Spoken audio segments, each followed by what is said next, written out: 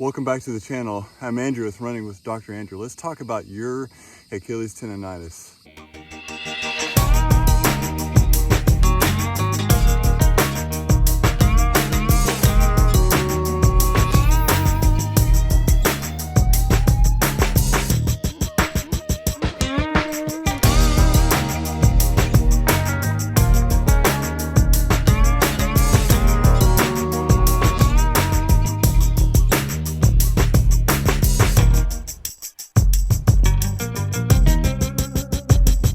Let's talk about reasons why you may have Achilles tendonitis, causes of it, and then talk about why or things you can prevent to having Achilles tendonitis.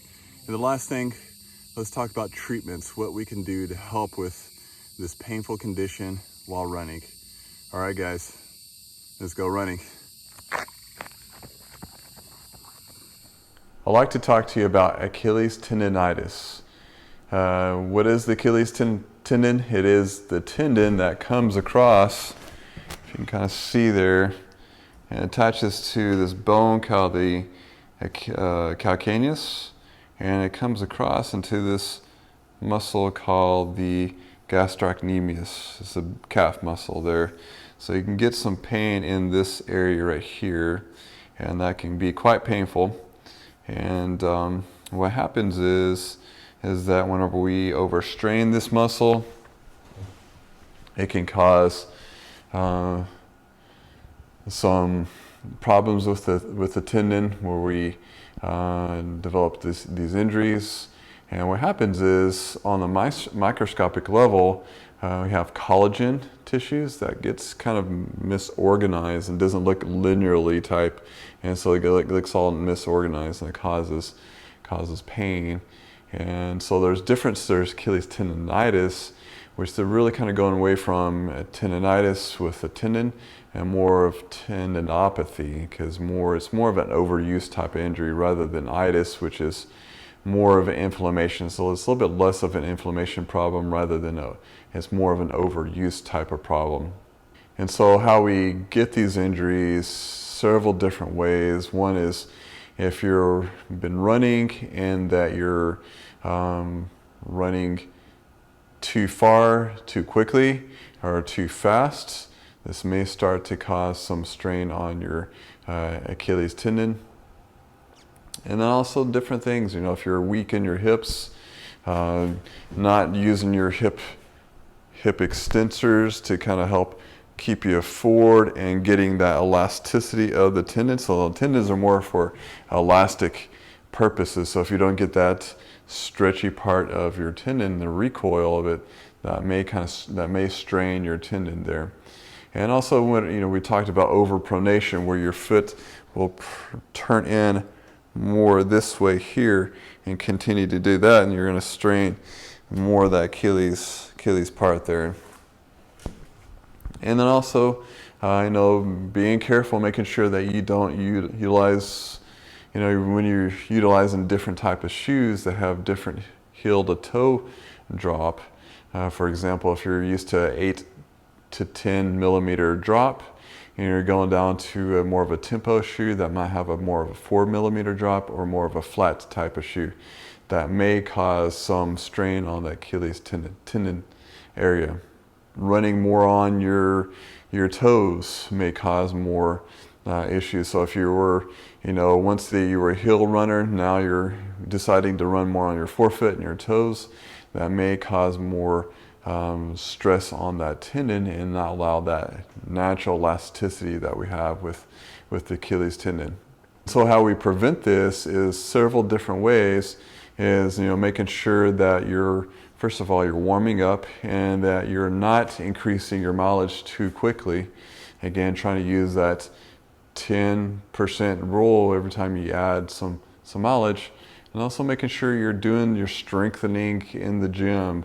A lot of times runners, we just want to go out and run, but definitely I think strengthening is very important, because we can develop these weaknesses or compensations in our muscles, and that starts to strain other tissues that are not designed to do that.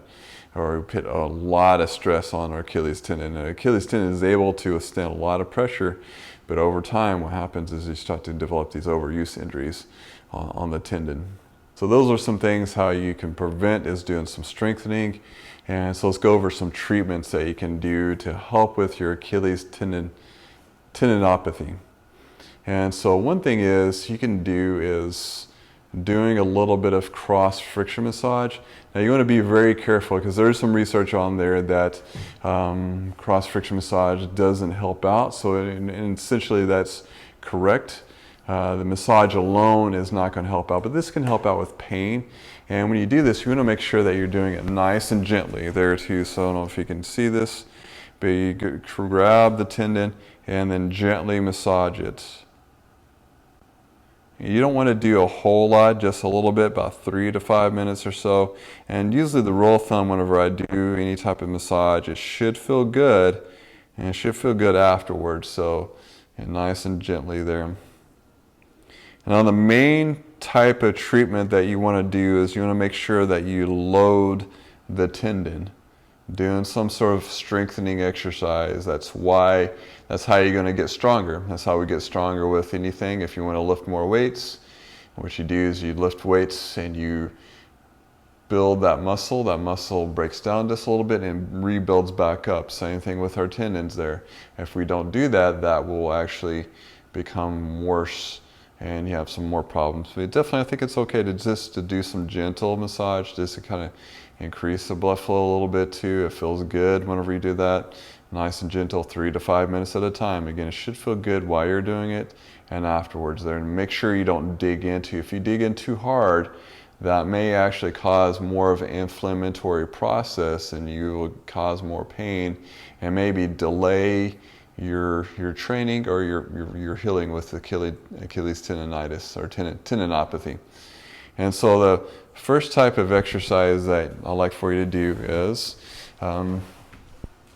loading the tendon a little bit too. So what we're going to do is find this ball, find like a ball or a bench, and so what you can do is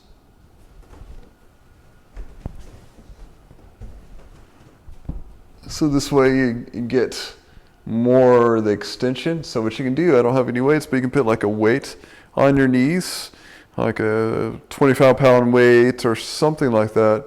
And so again, you're working two things here, and you're going to work a muscle called the soleus, which is a muscle behind the calf muscle, and you're going to raise up on your toes, slowly come back down. It's going to put a little bit of stress on that Achilles tendon. You know, doing about 15 to 20 reps or so. Doing that a couple times a day. Again, the object is to go slow going down. We call it the eccentric loading on that tendon there. And your knees are bent, so that way it's a little bit less pressure compared to standing. Nice and easy there with that. Okay. So the next thing that you're going to do is, and these are just specific for the Achilles tendon. Next thing you're going to do, you are going to do a little bit of eccentric loading on the tendon here. So you can find either a step, I'm going to show you kind of both, or a yoga block. And so what you're going to do is you're going to find a yoga block and you're going to step up. Kind of help you. So if we'll say if it's my left side here, you're going to step up, push up with both legs, slowly bring down. If that bothers you, you can come up, slowly come back down with both. We call it eccentric loading. So we found with research that helps out with the tendon. Come up and slowly come back down. And that's kind of one thing you can do to help out with the tendon. Doing that a couple times a day, 12 repetitions, 12, 15 repetitions to help out loading that Achilles tendon. And so other things you want to do is help improve your, sometimes the bottom portion of your foot is weak. And so you want to be able to strengthen those muscles. And how you do that is you can grab a towel and crunch your toes. That's going to help out. And also you can do that one exercise where you raise up your big toe, keep all 4 toes down, raise up your 4 toes, keep your big toe down, and that helps improve the bottom strength on the bottom of your foot there. You can also find, this is another good one you can do, is to help improve balance. And do, so you can roll on the ball, almost kind of like that one exercise we did with here, but what you're going to do, you're going to just balance as much as you can on one foot, and that's going to really help get those intrinsic muscles to activate there. Okay, that's a really good exercise for that. Also, you can do, just some simple single leg exercises. And doing them barefoot is good because you're going to, utilize your muscles a little bit more. You can do simple exercises like you're going to tap here, tap there, tap there. It's going to really help keep those muscles going on the bottom of your foot there. And then also doing some hip strengthening exercises. That's very important here to help out. So if you typically what happens is when you have Achilles tendonitis or tendinopathy, you're going to be weak on above and below the area that is giving you issues. So typically the bottom of your feet and also the hips are the ones that are going to bother you. So one exercise you can do, I've got several different type of videos out there that will show you hip strengthening, so we won't go into detail on those, but a couple that you can do is if you have a yoga ball, you can grab a ball. This is going to help strengthen the back portion of the hip. Going to raise up your hip, hold it there, and slowly come back down. So it's going to get kind of the hamstring and the glutes there. And doing about 20 repetitions there to help improve your hip extension. And then to help out with your side of your hip, you can work on your balance with your feet and